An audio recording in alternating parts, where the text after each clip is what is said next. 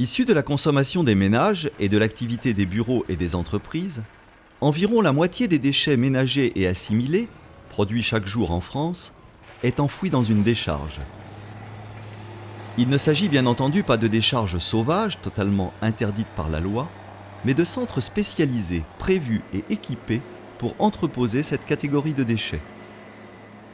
Ce sont les centres d'enfouissement technique, dits de classe 2, habilités à recevoir des déchets ménagers et urbains.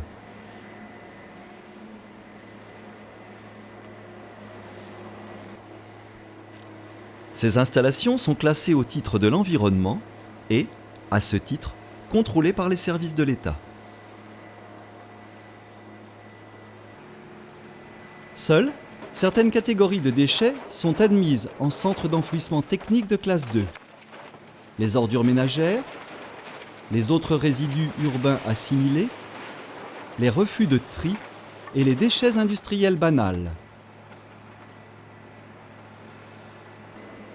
D'autres produits, présentant une toxicité ou un danger particulier, y sont totalement interdits. Le centre d'enfouissement s'organise en casiers ou alvéoles, délimités par des digues latérales. En complément de l'étanchéité naturelle du sol, les alvéoles sont tapissées d'une géomembrane. Les camions, arrivant directement de la collecte du jour ou d'un centre de regroupement et de transit des déchets, viennent vider leur contenu depuis un quai de déchargement. Les déchets sont alors immédiatement repris par des engins de type bulldozer, les compacteurs à pieds de mouton. Ces derniers, munis de roues très particulières, possédant de gros ergots, broient les déchets, ce qui favorise leur tassement. Les engins répartissent les déchets dans les alvéoles et les compactent sous l'action de leur poids et de leur déplacement incessant. Les alvéoles sont ainsi progressivement remplies par la masse des déchets compactés. Tous ces déchets comportent une fraction importante de matière organique qui se met rapidement à fermenter. Cette fermentation produit un mélange gazeux appelé biogaz qui contient environ 50% de méthane, ce qui représente une source d'énergie importante. Sa combustion, plutôt que de perdre ce gaz dans l'atmosphère, peut produire de la chaleur ou de l'électricité. C'est une forme de valorisation énergétique des déchets.